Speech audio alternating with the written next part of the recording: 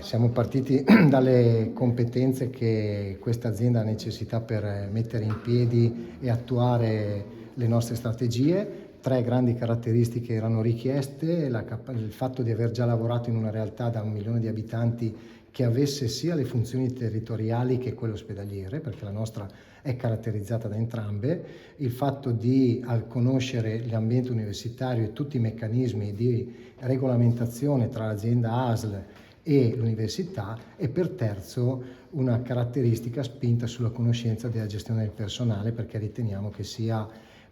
l'elemento strategico, perché caratterizzerà il prossimo futuro sia come ricerca di personale, attrazione di personale, ma anche per creare un ambiente di lavoro, quindi la parte più soft della gestione del personale, che ritengo che nel 2026 la nostra azienda deve avere come attenzione prioritaria, perché quando i professionisti lavorano in un ambiente che è moderno e consono alle loro competenze, riescono ad esprimere anche livelli di servizio sanitario, sociosanitario e sociale di alto livello.